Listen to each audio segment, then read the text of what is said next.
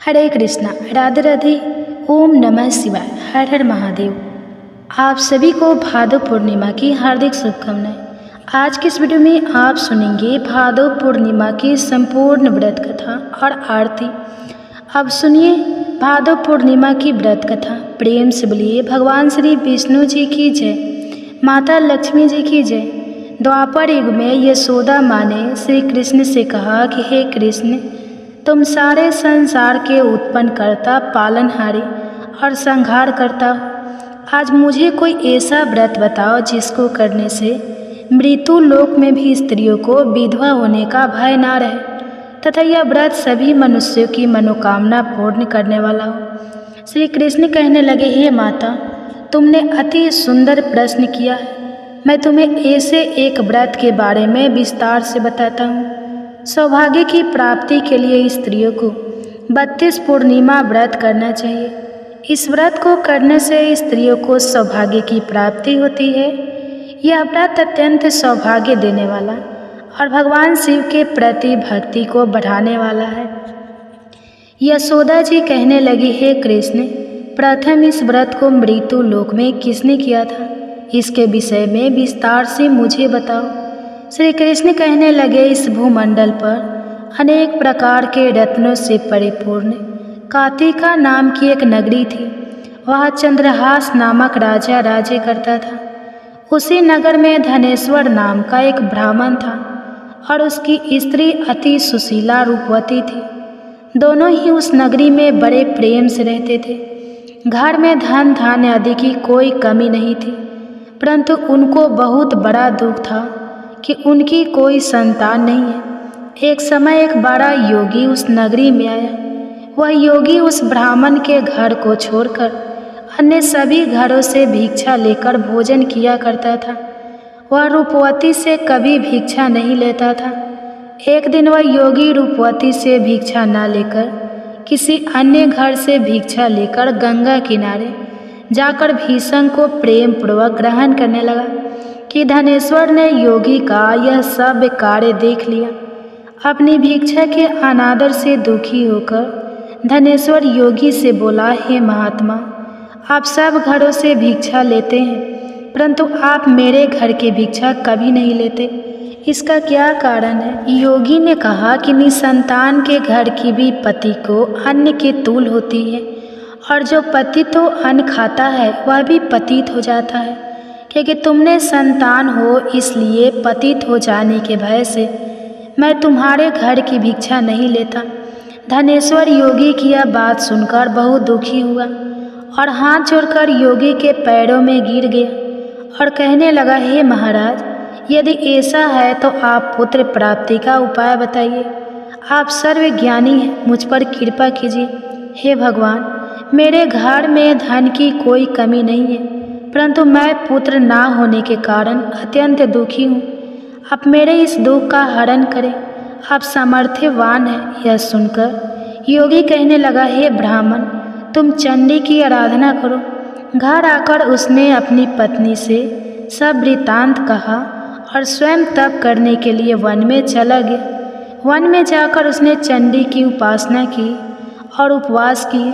चंडी ने सवे दिन उसको स्वप्न में दर्शन दिया और कहा, धनेश्वर, जा, तेरे घर पुत्र होगा, परंतु वह 16 वर्ष की आयु में ही मृत्यु को प्राप्त हो जाएगा। यदि तुम दोनों पति पत्नी 32 पूर्णमासियों का व्रत विधि पूर्वक करोगे तो वह दीर्घ आयु हो जाएगा। जितनी तुम्हारी सामर्थ्य हो, आटे के दिए बनाकर शिव जी भगवान का पूजन करना, परंतु पूर्णमासी के व्रत 32 होना चाहिए। प्रातः काल होने पर इस स्थान के समीप तुम्हें आम का वृक्ष दिखाई देगा। उस पर चढ़कर तुम एक फल तोड़कर शीघ्र ही अपने घर ले चले जाना और अपनी पत्नी से सब वृत्तांत कहना। ऋतु स्नान के पश्चाताप वह स्वच्छ होकर श्री शंकर भगवान का ध्यान करके उस फल को खा लेगी। शंकर भगवान की कृपा से उसको गर्भ हो जाएगा। जब वह ब्राह्मण प्रातः काल उठा तो उसने एक स्थान के पास ही आम का वृक्ष देखा, जिस पर एक अत्यंत सुंदर आम का फल लगा हुआ था। उस ब्राह्मण ने उस आम के वृक्ष पर चढ़कर फल को तोड़ने का प्रयत्न किया, परंतु वृक्ष पर कई बार प्रयत्न करने पर भी वह चढ़ नहीं पाया। तब उस ब्राह्मण को बहुत चिंता हुई। तब विघ्न विनाशक श्री गणेश भगवान की वंदना करने लगा। हे दयानिधि, अपने भक्तों के विघ्नों का नाश करके उनके मंगल कार्य को करने वाले, दुष्टों का नाश करने वाले, रिद्धि सिद्धि प्रदान करने वाले, आप मुझ पर कृपा करके इतना बल दे कि मैं अपने मनोरथ को पूरा कर सकूं। इस प्रकार गणेश जी की प्रार्थना करने पर उनकी कृपा से धनेश्वर वृक्ष पर चढ़ गया और उसने सुंदर आम के फल को तोड़ लिया। और गणेश्वर ने सोचा कि वरदान से फल मिला था वह यही है और कोई फल तो दिखाई नहीं दे रहा। धनेश्वर ब्राह्मण ने जल्दी से घर जाकर अपनी पत्नी को वह फल दे दिया और उसकी पत्नी ने अपने पति के कहे अनुसार उस फल को खा लिया और वह गर्भवती हो गई। देवी जी की असीम कृपा से उसे एक अत्यंत सुंदर पुत्र उत्पन्न हुआ, जिसका नाम उन्होंने देवी दास रखा। माता पिता के हर्ष और शोक के साथ वह बालक शुक्ल पक्ष की चंद्रमा के भांति अपने पिता के घर में बड़ा होने लगा।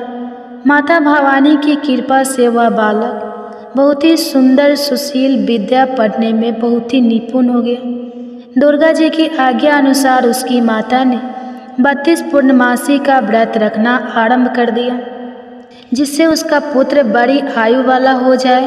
1.25 वर्ष लगते ही देवी दास के माता पिता को बड़ी चिंता हो गई कि कहीं उनके पुत्र की इस वर्ष मृत्यु ना हो जाए। इसलिए उन्होंने अपने मन में विचार किया कि यदि यह दुर्घटना उनके सामने हो गई तो वे कैसे सहन करेंगे। इसलिए उन्होंने देवी दास के मामा को बुलाया और कहा, हमारा एक बहुत बड़ी इच्छा है कि देवी दास 1 वर्ष तक काशी में जाकर विद्या अध्ययन करे और उसको अकेला भी नहीं छोड़ना चाहिए। इसलिए साथ में आप चले जाए और 1 वर्ष के पश्चाताप इसको वापस ले आना।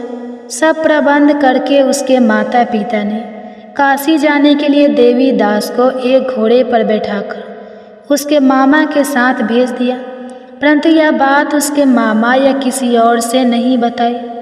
धनेश्वर तथा उसकी पत्नी ने अपने पुत्र की मंगल कामना तथा दीर्घ आयु के लिए भगवती दुर्गा की आराधना और पूर्णमासियों का व्रत करना आरंभ कर दिया। इस प्रकार बराबर 32 पूर्णमासी के व्रत को उन्होंने पूरा किया। कुछ समय पश्चाताप एक दिन वह मामा और भांजा मार्ग में रात बिताने के लिए किसी गांव में ठहरे हुए थे। उस दिन गांव में ब्राह्मण की अत्यंत सुंदर, सुशीला और गुणवती कन्या का विवाह हो रहा था। जिस धर्मशाला के अंदर वर और उसकी बारात ठहरी हुई थी, उसी धर्मशाला में देवी दास और उसके मामा भी ठहरे हुए थे। संयोगवश कन्या को तेल आदि चढ़ाकर मंडप आदि का कार्य किया गया तो लगन के समय वर को धन्यवाद हो गया। इसलिए वर के पिता ने अपने कुटुंबियों से विमर्श करके निश्चय किया कि देवी दास मेरे पुत्र जैसा ही सुंदर है, मैं इसके साथ ही लगन करवा दूं और बाद में विवाह के अन्य कार्य मेरे लड़के के साथ हो जाएंगे।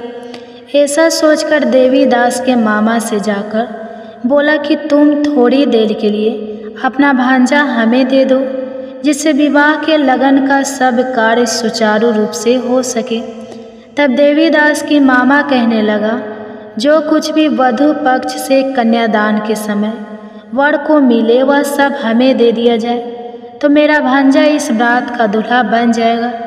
यह बात वर के पिता ने स्वीकार कर लेने पर उसने अपना भांजा वर बनने के लिए भेज दिया और उसके साथ सब विवाह कार्य विधि पूर्वक संपन्न हो गए। पत्नी के साथ वह भोजन करने के पश्चाताप बहुत उदासीन और दुखी हो गया। उसने सब बातें जो वर के पिता और उसके मामा में हुई थी लड़की को बता दी। तब कन्या कहने लगी कि अब ब्रह्मा विवाह के विपरीत कैसे हो सकता है। देव, ब्राह्मण और अग्नि सामने मैंने आपको ही अपना पति माना है, इसलिए आप ही मेरे पति हैं। मैं आपकी ही पत्नी रहूंगी, अन्य किसी की नहीं। देवीदास ने कहा, ऐसा मत करिए क्योंकि मेरी आयु बहुत कम है। मेरे पश्चाताप आपकी क्या गति होगी। इन बातों को अच्छी तरह विचार कर लो। परंतु वह दृढ़ विचारों वाली लड़की थी। वह बोली, जो आपकी गति होगी वही मेरी गति होगी।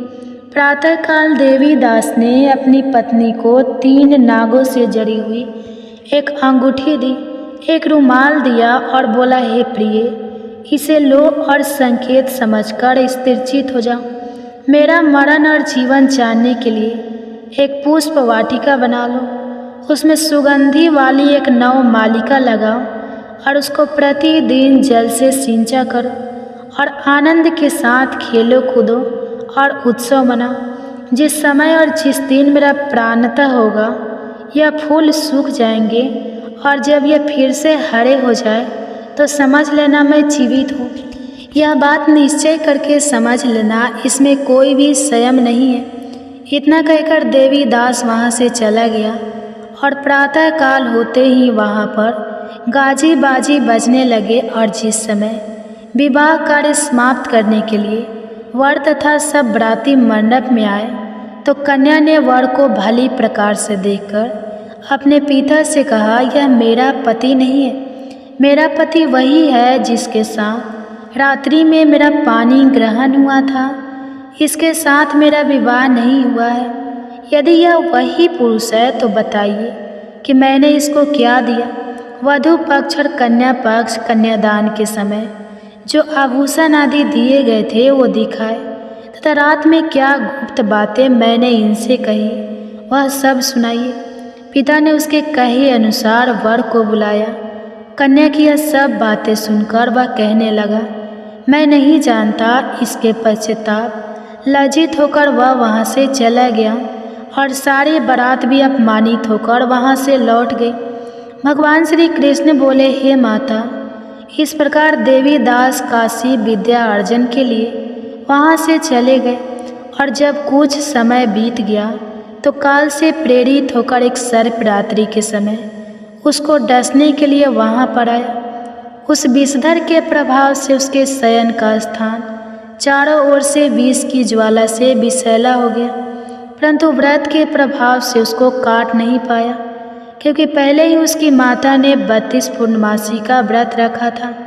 इसके बाद मध्याह्न के समय स्वयं काल वहाँ आया और उसके शरीर से प्राणों को निकालने का प्रयत्न करने लगा, जिससे वह मूर्छित होकर पृथ्वी पर गिर गया। उसी समय माता पार्वती के साथ भगवान शंकर वहाँ आ गए। उसको मूर्छित दशा में देखकर माता पार्वती जी ने शंकर जी से प्रार्थना की कि हे महाराज, इस बालक की माता ने पहले ही पूर्णिमा का व्रत पूरा किया था, जिसके प्रभाव से आप इसको प्राण दान दें। माँ भवानी के कहने पर भक्त वत्सल भगवान शिव जी ने उसको प्राण दान दे दिया। इस व्रत के प्रभाव से काल को भी पीछे हटना पड़ा और देवी दास स्वस्थ होकर बैठ गया। उधर उसकी पत्नी उसके काले की परीक्षा किया करती थी। जब उसने देखा उस पुष्प वाटिका में पुष्प कुछ भी नहीं रहे तो उसको अत्यंत आश्चर्य हुआ, लेकिन जब वह जैसे ही हरी भरी हो गई तो वह जान गई कि अब उसका पति ठीक ठाक है, वह जीवित हो गया है। यह देखकर वह बहुत प्रसन्न उठी। अपने पिता से कहने लगी, पिताजी, मेरे पति जीवित है, आप उनको ढूंढिए। जब 1.25 वर्ष व्यतीत हो गया तो देवी दास भी अपने मामा के साथ काशी से चल गया। इधर उसके ससुर उसको ढूंढने के लिए अपने घर से जाने ही वाले थे कि दोनों मामा भांजा वहाँ पर आ गए। उनको आया हुआ देखकर उनके ससुर को बड़ी प्रसन्नता हुई और वह उन्हें अपने घर ले गए। उस समय नगर के निवासी भी वहाँ इकट्ठे हो गए और सबने निश्चय किया कि अवश्य ही इसी बालक के साथ कन्या का विवाह हुआ था। उस बालक को कन्या ने जब देखा तो पहचान लिया कि यह तो वही है जो संकेत करके गया था। कुछ दिन बाद देवी दास ने अपनी पत्नी और मामा के साथ अपने ससुर के घर से बहुत सारे उपहार लेकर अपने माता पिता के घर गए। अपने गांव के निकट पहुंचने पर कई लोग उसके माता पिता को पहले ही खबर देने चले गए कि तुम्हारा पुत्र देवी दास अपनी पत्नी और मामा के सहित आ रहा है। ऐसा समाचार सुनकर माता पिता को विश्वास नहीं हुआ, परंतु जब और लोगों ने भी आकर यही बात उन्हें बताई तो उनको बड़ा आश्चर्य हुआ। लेकिन थोड़ी देर में देवी दास ने आकर अपने माता पिता के चरणों में अपना सर रखकर प्रणाम किया और उसकी पत्नी ने अपने सास ससुर के चरणों को स्पर्श किया। तो माता पिता ने अपने पुत्र और पुत्र वधू को हृदय से लगा लिया और दोनों की आंखों में प्रेम अश्रु बहने लगे। अपने पुत्र और पुत्र वधू के आने की खुशी में धनेश्वर ने बड़ा ही भारी उत्सव किया और ब्राह्मणों को दान दक्षिणा देकर प्रसन्न किया। श्री कृष्ण भगवान कहने लगे, इस प्रकार धनेश्वर 32 पूर्णमासियों के व्रत के प्रभाव से पुत्रवान हो गया। जो भी स्त्रियां 32 पूर्णमासी के व्रत को करती है वे जन्म जन्मांतर में वैधव्य का दुख नहीं भोग और सदैव सौभाग्यशाली रहती है। व्रत करने वाला चाहे स्त्री हो या पुरुष, भगवान शंकर की कृपा से संसार के सकल आनंद भोग कर अंत में आवागमन रहित होकर शिव लोक को प्राप्त होता है। प्रेम से बोलिए श्री लक्ष्मी नारायण भगवान की जय, उमा महेश्वर भगवान की जय। अब सुनिए पूर्णिमा व्रत की दूसरी कथा। पौराणिक कथा के अनुसार एक बार की बात है, किसी नगर में एक सेठ और सेठानी रहते थे। सेठानी प्रतिदिन श्री हरि भगवान विष्णु की पूरी श्रद्धा से पूजा अर्चना किया करती थी, लेकिन उसका पूजा करना उसके पति यानी सेठ को बिल्कुल भी पसंद नहीं था। इसी कारण सेठ ने एक दिन अपनी पत्नी को घर से निकाल दिया। घर से निकाल जाने के बाद सेठानी जंगल की तरफ निकल पड़ी। रास्ते में जाते समय सेठानी ने जंगल में 4 आदमी को देखा जो मिट्टी खोद रहे थे। तब सेठानी उन आदमी के पास गई और उन लोगों से कहा, कृपया आप मुझे किसी काम पर रख ले। इसके बाद चारों आदमी ने सेठानी को नौकरी पर रख लिया। सेठानी के हाथ पांव बहुत ही कोमल थे, इस वजह से काम करते करते उसके हाथ पर छाले पड़ गए। सेठानी के हाथों को देखकर चारों आदमी ने कहा कि तुम यह काम छोड़ दो, तुम किसी अच्छे घर खानदान की लगती हो, इसकी जगह तुम हमारे घर के काम में हाथ बटा दो। सेठानी इस काम के लिए राजी हो गई। फिर वे चारों आदमी सेठानी को अपने घर ले गए। वहाँ चारों आदमी हर दिन 4 मुट्ठी चावल लाते थे और आपस में बांट कर उसे खा लेते थे। यह देखकर सेठानी को बहुत बुरा लगा। अगले दिन सेठानी ने चारों से कहा, सुनो भाई, तुम लोग कल से 4 मुट्ठी की जगह 8 मुट्ठी चावल लेकर आना। सेठानी के कहे अनुसार चारों आदमी अगले दिन 8 मुट्ठी चावल लेकर आए। उस चावल को सेठानी ने पकाकर सबसे पहले भगवान विष्णु को भोग लगाया और फिर चारों आदमियों को परोसा। जब चारों आदमी ने उस भोग लगाए भोजन को खाया तो उन लोगों को बहुत स्वादिष्ट लगा। उन्होंने सेठानी से कहा, बहन, आज जो तुमने खाना बनाया वो बेहद स्वादिष्ट है। इस पर सेठानी ने कहा, यह भोजन भगवान विष्णु का झूठा है, इसी वजह से आप लोगों को यह बहुत स्वादिष्ट लग रहा है। उधर सेठानी के जाने के बाद से सेठ भूखा रहने लगा। आज पड़ोस के लोग उसे देखकर ताने भी मारते थे कि यह आदमी सिर्फ अपनी पत्नी की वजह से ही भोजन किया करता था। ऐसा बार बार सुनने के बाद सेठ एक दिन अपनी पत्नी की तलाश में जंगल की तरफ निकल पड़ा। रास्ते में सेठ को मिट्टी खोदे हुए वही 4 आदमी दिखाई दिए। उसे देखकर सेठ ने कहा, सुनो भाई, क्या तुम मुझे काम पर रख सकते हो? तब चारों आदमी ने उसे काम पर रख लिया, किंतु मिट्टी खोदने से सेठ के हाथों में भी छाले पड़ने लगे, यहाँ तक कि उनकी बालें भी उड़ गए। यह देखकर चारों आदमी को सेठ पर दया आ गई और उसने कहा, सुनो भाई, तुम इस काम को छोड़ दो, तुम किसी अच्छे घर के लगते हो, तुम हमारे घर चलो, वहाँ कुछ काम में हाथ बटा लेना। सेठ ने उन चारों की बात मान ली और वह उनके साथ उनके घर चले गए। घर पहुँचने के बाद सेठ ने जैसे ही सेठानी को देखा वह पहचान गए, लेकिन सेठानी घूंघट में थी और सेठ के चेहरे को नहीं देख पाई। इस वजह से वो अपने पति को नहीं पहचान पाई। हर दिन की तरह इस दिन भी सेठानी ने भोजन बनाकर विष्णु भगवान को भोग लगाया और सभी को खाना परोसने लगी। जैसे ही सेठानी सेठ को भोजन देने लगी, तब स्वयं भगवान विष्णु ने सेठानी का हाथ पकड़ लिया और कहा, यह तुम क्या कर रही हो? यह सुनकर सेठानी ने कहा, मैं कुछ नहीं कर रही हूँ, मैं तो बस भोजन दे रही हूँ। भगवान विष्णु ने मेरा हाथ पकड़ लिया है। तब सेठानी से चारों आदमी ने कहा, हमें भी भगवान विष्णु के दर्शन कराओ। इसके बाद सेठानी हाथ जोड़कर भगवान विष्णु से अनुरोध करने लगी, हे प्रभु, आप मेरी तरह इन्हें भी दर्शन दें। तब भगवान विष्णु वहाँ प्रकट हो गए। इस दृश्य को देखते ही सेठ ने सेठानी से क्षमा मांगी और उसे अपने घर साथ चलने को कहा। फिर चारों भाइयों ने बहुत सारा धन देकर अपनी बहन को विदा किया। इस घटना के बाद से सेठ भी भगवान विष्णु के भक्त बन गए और उनकी श्रद्धापूर्वक पूजा करने लगे। ऐसा करने से सेठ सेठानी के घर फिर से धन की वर्षा होने लगी। मान्यता है कि पूर्णिमा का व्रत रखकर इस कथा को सुनने से भगवान श्री विष्णु जी की कृपा से सभी के घर धन धान्य से भर जाते हैं और सभी के दुख दूर होते हैं। प्रेम से बोलिए भगवान श्री विष्णु जी की जय। अब सुनिए भगवान शंकर जी की एक बहुत ही सुंदर कथा। भगवान शिव और माता पार्वती की एक बहुत ही सुंदर और सच्ची कहानी। आप इस कहानी को पूरा सुने और वीडियो को लाइक करके शेयर करें और हमारे चैनल को सब्सक्राइब करके बेल आइकन को ऑन कर लें, ताकि ऐसे ही वीडियो की नोटिफिकेशन आपके पास सबसे पहले पहुँचे। तो चलिए शुरू करते हैं। एक बार भगवान शिव ने अपनी दिव्य शक्ति से एक बड़े कढ़ाई को प्रकट किया। कढ़ा जिसमें हम भोजन पकाते हैं और जिसे हम कढ़ाई कहते हैं। तो अब भगवान शिव कढ़ाई को प्रकट करके उसे एक तरफ रखकर ध्यान में मग्न हो गए। इतनी देर में माता पार्वती स्नान करके भगवान शिव के समक्ष आती हैं और आकर उन्होंने क्या देखा कि भगवान शिव के सामने एक बड़ा सा भारी भरकम काढ़ा रखा हुआ है और उसी के सामने भगवान शिव ध्यान मग्न बैठे हुए हैं।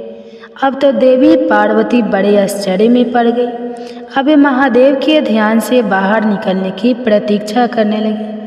जब महादेव का ध्यान समाप्त हुआ, तब देवी पार्वती ने पूछा, हे देव, हे त्रिलोकीनाथ, हे मेरे प्रभु, बड़ा ही आश्चर्य है प्रभु, यह भारी भरकम बड़ा सा कढ़ा यह किस लिए लाया गया है? इससे पहले कि माता पार्वती आगे कुछ पूछती, भगवान शिव मुस्कुराते हुए बीच में बोले, देवी, हे पार्वती, आप इस कढ़ाई को देखकर इतना आश्चर्य मत कीजिए, क्योंकि आप हर दिन कोई ना कोई प्रश्न लेकर हमारे सामने प्रस्तुत हो जाती हैं और जब मैं उसका उत्तर देता हूँ और कहानी सुनाकर आपका मन बहलाता हूँ, तभी आपको संतुष्टि होती है। इसलिए देवी, आज हमने इसी का प्रबंध किया है।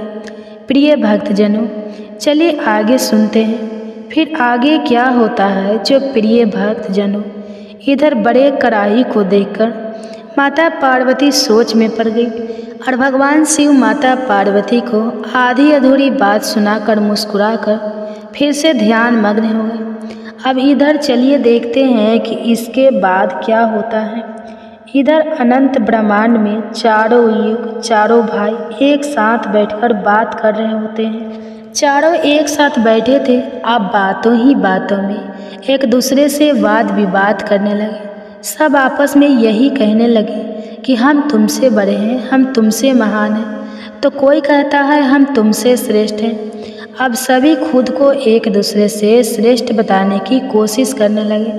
तब सबसे पहले सतजू कहने लगा कि अरे मूर्खों, तुम सब मुझसे छोटे हो, भला तुम मेरी बराबरी कैसे करने लगे?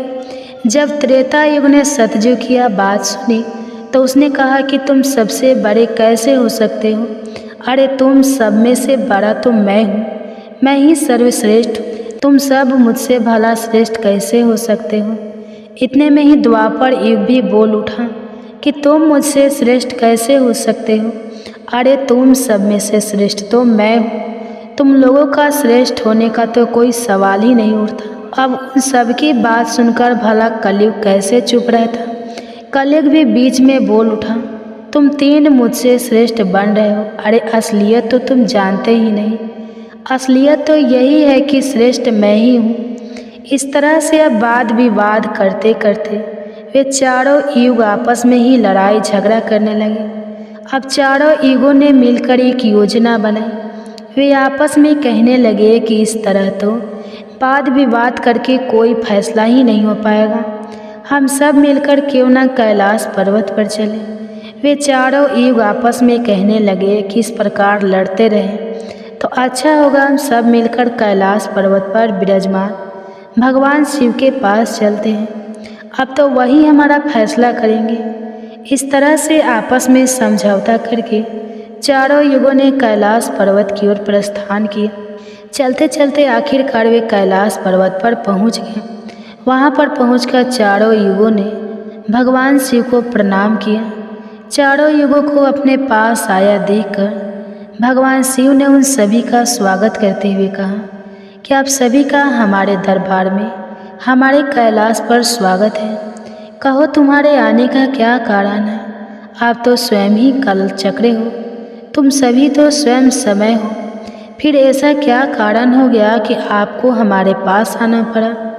भगवान शिव के इस प्रकार पूछने पर चारों युगों ने कहा कि हे सृष्टि के रचयिता, हे प्रभु, हे महादेव, हम चारों युगों में विवाद खड़ा हो गया है और हम सब में एक दूसरे से बड़ा होने की बात पर होड़ लग गई है। इसी समस्या का समाधान पाने के लिए हे प्रभु हम आपके समक्ष पधारे हैं। हम इस समस्या का समाधान खुद से करने में असमर्थ थे, इसलिए प्रभु अब तो आप ही हमारी इस समस्या का कोई समाधान ढूंढिए, आप ही हमारा फैसला कीजिए, आप हमारा न्याय कीजिए और बताएं प्रभु कि हम चारों युगों में आखिरकार सबसे बड़ा कौन है, हम चारों में से सबसे श्रेष्ठ कौन है। चारों युगों की इस बात सुनकर भगवान शिव कहने लगे कि इसका फैसला तो तब होगा जब आप चारों अपने अपने बारे में बताएंगे कि किन किन गुणों के कारण आप खुद को बड़ा बता रहे हो। तब शिव जी ने कहा, हे सतयुग, पहले तुम ही बताओ कि तुम कैसे श्रेष्ठ हो गए। तब सतयुग ने कहा, प्रभु देखिए मेरी आयु सबसे ज़्यादा है, मैं 70 लाख वर्ष का हूँ और अन्य युग मुझसे 70 लाख वर्ष छोटे हैं, इसलिए मैं इन सभी से लंबी आयु का हूँ। सतयुग की बात सुनते ही अब कलयुग बोल उठा कि प्रभु व्यक्ति कभी भी आयु से बड़ा नहीं होता, व्यक्ति के गुणों से बड़ा होता है। आप देखिए भगवान शिव ने कलयुग की इस दलील को मान लिया और सतयुग से कहा, हे सतयुग, तुम इस तरह आयु में बड़े होने से तो बड़े नहीं हो सकते। भगवान शिव की यह बात सुनकर सतयुग ने कहा, प्रभु मेरे युग में जो भी व्यक्ति हुए हैं वह तो बड़े ही बलवान हुए हैं, बहुत ही पराक्रमी थे, वह पृथ्वी तक को उठा ले जाए, ऐसे पराक्रमी और बलराम बलवान थे। और जब मेरा राज्य था तब उसमें भगवान श्री हरि विष्णु ने भी कई अवतार धारण किए थे। वराह अवतार भी मेरे ही काल में हुआ था, नरसिंह अवतार भी मेरे ही युग में हुआ था, यहाँ तक कि प्रभु मत्स्य अवतार भी तो मेरे ही युग में हुआ था।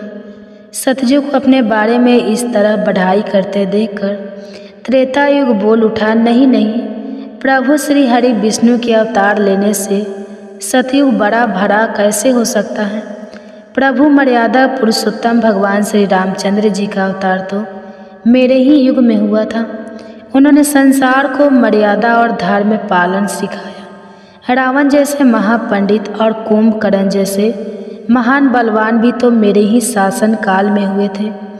प्रभु इस तरह सतयुग मुझसे बड़ा नहीं हो सकता, फिर इन सब में से तो बड़ा मैं ही हुआ।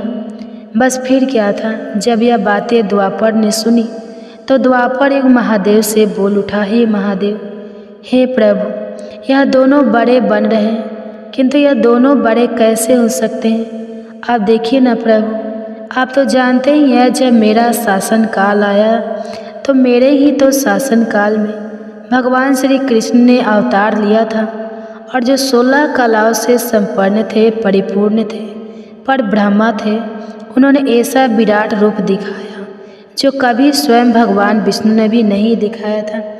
इसलिए हे प्रभु, हे भोलेनाथ, यह दोनों योद्धाओं की बात करते हैं तो मेरे शासन काल में भी बड़े बड़े योद्धा द्रोणाचार्य, कर्ण, भीष्म, पितामह, युधिष्ठिर, अर्जुन, भीम, नकुल, सहदेव, कंस आदि ये भी तो मेरे ही शासन काल में हुए थे प्रभु। यहाँ तक कि बलराम जी भी मेरे ही शासन काल में तो हुए थे। अब बताइए प्रभु, मेरे शासन काल में कौन सा योद्धा भला इन योद्धाओं से कम था? इन सबसे तो श्रेष्ठ मैं ही हूँ। तब तक कलियुग भी बोल उठा कि प्रभु, मैं इनकी बातें सही मानता हूँ, लेकिन इन तीनों के शासन काल में जो भी योद्धा हुए थे, जो भी अवतार हुए थे, उनमें कई काम चोरियाँ पाई गई थी। और जिनके शासन काल में काम चोरी वाले मनुष्य होते हैं, वे भला श्रेष्ठ कैसे हो सकते हैं? कलियुग कहने लगा, नहीं भगवान, मेरा शासन काल सबसे अच्छा है, क्योंकि मेरा शासन काल तो अच्छी अच्छी और नई नई तकनीकों से परिपूर्ण है। मेरा युग मशीनों का युग है, इसलिए मेरा शासन काल सबसे श्रेष्ठ है। अब भगवान शिव उन चारों युगों की बात को, उनके वाद विवाद को सुनकर मन ही मन विचार करने लगे कि किस प्रकार से इन सब की बातों का फैसला किया जाए और किस युग को श्रेष्ठ साबित किया जाए। वहीं पास में ही जगत जननी माता पार्वती भी भगवान शिव के साथ विराजमान थी, जो कि इन सभी युगों के वार्तालाप को बड़े ही ध्यानपूर्वक सुन रही थी। तभी माता पार्वती महादेव से कहने लगी, हे प्रभु, आप मन ही मन किस बात का विचार कर रहे हैं? अगर आपने इनका फैसला नहीं किया तो यह चारों भाई तो फिर आपस में ही कट मर जाएंगे, आपस में इस तरह की झगड़ा करते रहेंगे प्रभु। इसलिए आपको इनका फैसला तो तुरंत ही करना होगा। अगर इन्होंने ऐसा किया तो सृष्टि का तो काल चक्र ही रुक जाएगा, समय का प्रभाव ही रुक जाएगा। इसलिए हे भोलेनाथ, अब आप ही कुछ कीजिए। माता पार्वती के इस आग्रह को सुनकर महादेव कहने लगे, हे देवी, ठीक है, मैं समस्त युगों की बात मानता हूँ और मैं ही इन चारों युगों की बात का फैसला करूँगा। इसके बाद भगवान शिव ने चारों युगों से कहा, चलो ठीक है, अब मैं तुम चारों की परीक्षा लूँगा। जो इस परीक्षा में सफल हुआ वही श्रेष्ठ साबित हुआ। सतयुग बोल उठा, हे भगवान, आप जो चाहे हमारी परीक्षा ले सकते हैं, लेकिन सत्य तो यही है प्रभु कि सबसे बड़ा तो मैं ही रहूँगा। भगवान शिव की बात मानकर आखिरकार चारों युग परीक्षा देने के लिए तैयार हो गए। तब भगवान शिव ने माता पार्वती की तरफ मुस्कुराते हुए देखा और फिर कहा, हे देवी, आप आश्चर्यचकित थी ना कि मैंने अपने सामने यह कढ़ा किस लिए रखा है? तो अब इस कढ़ाई का समय आ गया है। आपने मुझसे प्रश्न किया था कि यह कढ़ाई मैंने किस लिए रखा है और यह फरसा किस उद्देश्य के लिए है। तब क्या था, भगवान शिव ने देखते ही देखते लोहे के फरसे को कैलाश पर्वत के नीचे एक तलहटी में रख दिया और फिर उस कढ़ाई फरसे के पास में ही चावल का एक ढेर भी लगा दिया। फिर भगवान शिव ने चारों युगों को बुलाया और कहा कि तुम चारों ही देख रहे हो ना, इसी से तुम चारों की अभी परीक्षा हो जाएगी। फिर भगवान शिव ने सतयुग से कहा, हे सतयुग, तुम मेरे 500 गणों को जो यहाँ बैठे हुए हैं भोजन बनाकर खिलाना है और इस परसे में रखे हुए चावल को बनाना है और इन चावलों को तुम्हारे ही युग का कोई व्यक्ति बनाएगा और मेरे यहाँ पर जितने भी गण हैं वह सब भोजन करेंगे। इसके बाद भगवान शिव ने आगे कहा, सतयुग, अब तुम्हारे ही युग का कोई व्यक्ति बनाओ और उसे यहाँ भोजन बनाने के लिए भेज दो। तब तक हम सभी लोग यहाँ खड़े होकर देख रहे हैं। भगवान शिव की बात जब सतयुग ने सुनी तो उसने ही बड़ा बलवान योद्धा बनाया। फिर सतयुग ने उस योद्धा से कहा कि जाओ बेटा, इस कढ़ाई में चावल बनाओ और बनाकर भगवान शिव के इन सभी 500 गणों को भोजन कराओ। अपने स्वामी की बात सुनकर वह सतयुग का व्यक्ति वहाँ आकर के देखता है, जो हजारों टन से भी ज़्यादा का कड़ा है। उसने वहाँ पर एक चूल्हा तैयार किया और उस चूल्हे पर उस कढ़ाई को रखकर लकड़ियों की व्यवस्था की, आग जलाई और उस कढ़ाई में पानी डाला, फिर चावल डाले और जब चावल बनकर तैयार हो गए तब उसने भगवान शिव के सभी गणों को एक पंक्तियाँ में बैठा दिया और उन सभी को उसने भोजन कराया। सभी गुणों को भोजन कराने के बाद वह बलवान योद्धा अपने स्वामी सतयुग के पास वापस आया और उसे प्रणाम किया। तो सतयुग ने शाबाशी से उसकी पीठ थपथपाई और कहा कि आज तुमने मेरी लाज रख ली, अब तुम यहाँ से जा सकते हो। इसके बाद भगवान शिव ने त्रेता युग से कहा कि त्रेता, अब तुम अपने युग के कोई व्यक्ति को भेजो और यह जो कढ़ा रखा हुआ है इनमें चावल बनाकर मेरे सभी गणों को खिलाओ। त्रेता ने सुना तो कहने लगा कि ठीक है प्रभु, जैसी आपकी आज्ञा। अब त्रेता युग ने भी अपने समय के समान महान बलशाली कुंभकर्ण जैसे बलवान व्यक्ति को उत्पन्न किया और उससे कहा कि हे पुत्र, यह मेरे परीक्षा की घड़ी है, तुम्हें भगवान शिव के समस्त सभी समक्ष गणों को भोजन बनाकर खिलाना है। त्रेता युग के व्यक्ति ने उसे प्रणाम किया और उसके बाद वह वहाँ से तलहटी में चला गया। तलहटी में आकर उसने चूल्हा बनाया, लकड़ियों की व्यवस्था की, आग जलाई और एक हाथ से ही उस भारी भरकम कढ़ाई को उठाकर देखते ही देखते चूल्हे पर रख दिया। फिर उसमें पानी डालकर चावल डाले और जब चावल पक गए तब सभी गणों को बुलाकर उन्हें खाने के बाद भोजन कराया। इसके बाद वह वहाँ से तुरंत कैलाश पर्वत पर पहुँच गया, जहाँ पर चारों युग विराजमान थे। इस प्रकार से त्रेता युग ने भी अपना कार्य पूर्ण किया। अब बारी आई द्वापर युग की। भगवान शिव ने द्वापर युग से कहा, हे द्वापर, अब मैं तुम्हारी परीक्षा लूँगा। जिस प्रकार से सतयुग और त्रेता युग ने परीक्षा दी है, ठीक इसी प्रकार से तुम्हें भी यह परीक्षा देनी होगी। यह सुनकर द्वापर युग ने बलशाली भीम के समान एक व्यक्ति को उत्पन्न किया और उसे आदेश दिया कि हे पुत्र, यह मेरे परीक्षा की घड़ी है, तुम्हें मेरी लाज रखनी है। अब तुम जाओ और बड़े से कढ़ाई में चावल बनाकर भगवान शिव के सभी गणों को भोजन कराओ और मेरी लाज बचाओ। यह सुनकर द्वापर युग के व्यक्ति ने अपने स्वामी को प्रणाम किया और वहाँ से तलहटी में चल पड़ा। तलहटी में जाकर उसने सबसे पहले चूल्हा बनाया, फिर आग जलाने के लिए लकड़ियाँ ढूंढी, लकड़ियों को चूल्हे में डालकर जलाया और पूरी ताकत लगाकर उसने उस बड़े से कढ़ाई को उठाकर जैसे तैसे खींचकर उसे चूल्हे पर रख दिया।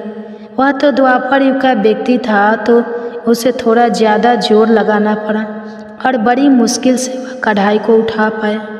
इस प्रकार से द्वापर युग के व्यक्ति ने भी चावल तैयार किए और भगवान के सभी गणों को भोजन कराकर वह फिर अपने स्वामी के पास वापस आया। उसके स्वामी द्वापर युग ने उसकी पीठ थपथपाई और उसे वहाँ से विदा किया। अब बारी आती है कलयुग की। तब भगवान शिव कहते हैं, हे कलयुग, अब तुम्हारी बारी है। तुम उस कढ़ाई का वजन देख रहे हो ना, उसका वजन कम नहीं होगा, उसका वजन उतना ही रहेगा, हजारों टन का। लेकिन अब तुम्हें परीक्षा देनी है। तुम तो मानने को तैयार ही नहीं थे कि तुम सबसे छोटे हो, लेकिन तुमने माना ही नहीं। तुम्हारे युग के आदमी की आयु भी मात्र 100 वर्ष की है। सतयुग की आयु 1 लाख वर्ष होती है, त्रेता युग में 10,000 होती है और द्वापर में 1,000 होती है। और हे कलयुग, तुम्हारे शासन में तो मात्र 100 वर्ष की आयु है, तुम्हारा आदमी भी छोटा होता है। जब भगवान शिव की यह बातें कलयुग ने सुनी तो कलयुग कहने लगा कि ठीक है प्रभु, मैं आपकी बात मानता हूँ, लेकिन आप मुझे पहले ही इस तरह से कहकर हताश मत कीजिए। प्रभु, आप तो एक न्यायकर्ता हैं, आपको सभी को बराबर मौका देना चाहिए। भगवान शिव कहने लगे, हे कलयुग, यह कढ़ाई देख रहे हो, हजारों टन का है। वहाँ चावल रखा है, हजारों किलो टन के हैं। और हे कलयुग, तुम्हारा व्यक्ति क्या यह काम कर पाएगा? कलयुग ने कहा, ठीक है प्रभु, अब आप मेरी करनी भी देखिए। कलयुग की बातें सुनकर तीनों युग उस पर हंसने लगे। भगवान शिव भी कलयुग की बातें सुनकर बड़े ही आश्चर्यचकित थे। अब कलयुग ने भगवान शिव से आज्ञा लेकर बड़े ही बुद्धिमान व्यक्ति को पैदा किया, जो बड़ा ही दिव्य व्यक्ति था। वह बहुत ही बुद्धिमान और सर्वगुण संपन्न था। इस तरह के गुणवान व्यक्ति को कलयुग ने पैदा किया और पैदा करने के बाद वो उस व्यक्ति से कहने लगा कि मेरे बेटे, अब तुम्हें अपनी शक्ति दिखानी है। कठिन परीक्षा का समय है। यदि तुम इसमें सफल हो गए तो मैं चारों युगों में सबसे छोटा हो जाऊंगा। कली की यह बात सुनकर वह व्यक्ति अपने महाराज से कहने लगा, हे महाराज, इस एक कढ़ाई की बात करते हैं, आप इसे हजारों कढ़ाई भी अगर मेरे सामने आ जाए तो वह भी मेरे सामने कुछ नहीं है। जब उस कलयुग के व्यक्ति की यह बातें तीनों युगों ने सुनी तो वे उस पर हंसने लगे। अब वे हंस कर आपस में कहने लगे कि आज एक छोटा सा आदमी जिसकी लंबाई मात्र 3 हाथ है, यह भला क्या कर लेगा, जबकि हम युगों की लंबाई तो बहुत अधिक है। प्रिय भक्तजनों, यह बात तो बिल्कुल सत्य है कि सतयुग के लोगों की लंबाई 21 हाथ और त्रेता युग के व्यक्ति की लंबाई 14 हाथ थी और द्वापर युग के व्यक्ति की लंबाई 7 हाथ थी और अब कलयुग के व्यक्ति की लंबाई तो मात्र 3 हाथ ही होती है। तीनों युग अब बड़ी जोर जोर से कलयुग पर हंस रहे थे। इधर कलयुग का आदेश पाकर वह कलयुगी व्यक्ति उस तलहटी में गया। तलहटी में आकर उसने देखा कि कढ़ाई का वजन तो सचमुच बहुत ही ज़्यादा है, इसे मैं आसानी से उठा नहीं पाऊंगी। तो उस व्यक्ति ने दिमाग लगाया और उस कढ़ाई के नीचे मिट्टी खोदना शुरू कर दिया। कढ़ाई तो उसने हिलाया तक नहीं, बल्कि उस कढ़ाई को बिना हिलाए डुलाए उसके नीचे एक भट्ठी तैयार कर दी। अब उसे लकड़ियाँ ढूंढने में भी ज़्यादा समय नहीं लगाना पड़ा, क्योंकि वहीं पर कुछ अधली लड़कियाँ पड़ी हुई थी। वह कलयुग का व्यक्ति कितना दिमाग वाला था, उसने कुछ भी नहीं किया, कढ़ाई के नीचे भट्ठी खोद दी और उसी में आग जला दी। चावल को कढ़ाई में डाल दिया और चावल में पानी डाल दिया। चावल इस प्रकार पककर तैयार हो गया। तब उसने भगवान शिव के 4 गणों को बुलाया और उन गणों से कहा कि आप मेरा साथ दीजिए और इन चावलों को आपस में परोस लीजिए। यह बात सुनते ही भगवान शिव के 4 हष्ट-पुष्ट गण चल देते हैं और देखते ही देखते कतार में बैठे सभी शिवगणों को उन 4 विशाल गणों ने चावल परोस दिए। इस प्रकार सभी गणों ने भोजन कर लिया। तब कलयुग के व्यक्ति ने उन 4 गणों से कहा कि अब आप सभी भोजन कर सकते हैं। तब कलयुग के उस व्यक्ति ने उन 4 गणों को भी भोजन कराया, फिर उस कढ़ाई को साफ किया और कढ़ाई को वहीं छोड़ दिया। इस तरह उसका काम भी पूरा हो गया। अब कलयुग का वह व्यक्ति भी अपने स्वामी के पास कैलाश पर्वत पर आ गया और कहने लगा कि हे प्रभु, मैंने आपका काम कर दिया है। कलयुग ने यह सुना तो बहुत खुश हुआ। तब उसने उस कलयुगी व्यक्ति की पीठ थपथपाई, फिर कहा कि हे पुत्र, तुमने बहुत अच्छा काम किया और इस परीक्षा की घड़ी में मेरा साथ दिया। ऐसा कहकर कलयुग ने उस व्यक्ति को वहाँ से विदा कर दिया। इसके बाद कलयुग ने हाथ जोड़कर भगवान शिव से कहा, हे भगवान, अब आप ही निर्णय कीजिए कि हम सब में से बड़ा कौन है। भगवान शिव कहने लगे कि मैंने तुम चारों युगों की बहुत अच्छे से परीक्षा ली। जब सतयुग की बारी आई तो उसने चूल्हा बनाया, उस पर कढ़ाई रखा, आग जलाई, चावल डाला, पानी डाला। फिर चावल पक गए तो उसने मेरे गणों को बिठाकर उसने स्वयं उन्हें भोजन परोसा, उन्हें खिलाया और अपना कार्य पूरा किया। जब त्रेता और द्वापर की बारी आई तो उन्होंने भी बिल्कुल ऐसा ही किया। अब बारी थी कलयुग की। शायद तुमने देखा नहीं कि मात्र 3 हाथ का व्यक्ति, जिसकी बुद्धि देख लीजिए, ये कढ़ाई कितनी भारी भरकम और बड़ी थी। उसकी बुद्धि देखो, उसने उस कढ़ाई में चावल बना दी जिस कढ़ाई को वह हिला तक नहीं सकता था। और मेरे इतने गण थे, अगर वह व्यक्ति बाल्टियों से चावल परोसता तो शायद वो परेशान हो जाता। अब देखिए उसकी बुद्धि, उसने उतने में ही 4 गणों को अपनी सहायता के लिए बुलाया और उन 4 गणों को भोजन परोसा और स्वयं बैठा रहा। और ऊपर से उसने बिना हाथ लगाए उस कढ़ाई को भट्ठी पर भी रखा था। यह कितना बुद्धिमान व्यक्ति था और इसलिए यह युग भी बहुत बुद्धिमान हुआ। तब भगवान शिव ने उन चारों युगों से कहा कि कलयुग बुद्धिमान व्यक्ति का युग होगा। तुम सब जैसा शासन करते आए हो, चलो ठीक है, तुम सब की धर्म और निष्ठा भी रही है, सभी ने धर्म का अच्छे से पालन भी किया है, चलो ठीक है। लेकिन तुम्हारे युग के व्यक्तियों में बुद्धि का अभाव था, जिन्होंने कभी अपनी बुद्धि का उपयोग नहीं किया। अब देख लो, रावण और कुंभकर्ण जैसे असुर ने भगवान विष्णु के अवतार को ही नहीं पहचाना और अज्ञानता व शून्य से ही युद्ध कर बैठे और कारण यह हुआ कि वे युद्ध में मारे गए। अगर उन्हें बिल्कुल भी अपनी बुद्धि का प्रयोग किया होता तो उनका इस प्रकार सर्वनाश नहीं होता। इसलिए हे चारों युगों, आने वाले कलयुग के राज्य में ऐसे ही बुद्धिमान व्यक्ति देखने को मिलेंगे। ऐसी ही तकनीक, ऐसी ही मशीनें बनाएंगे जिससे वे बैठे बैठे ही सारा काम कर सकते हैं, बैठे बैठे ही कोई भी काम कर सकते हैं। कलयुग में व्यक्ति एक ही दिन में भगवान को प्राप्त कर लेगा। इस प्रकार से भगवान शिव ने चारों युगों की समस्याओं का समाधान किया और कहा कि कलयुग की सबसे श्रेष्ठ युग है। यह सुनकर चारों युग अपने अपने धाम को संतुष्ट होकर लौट गए।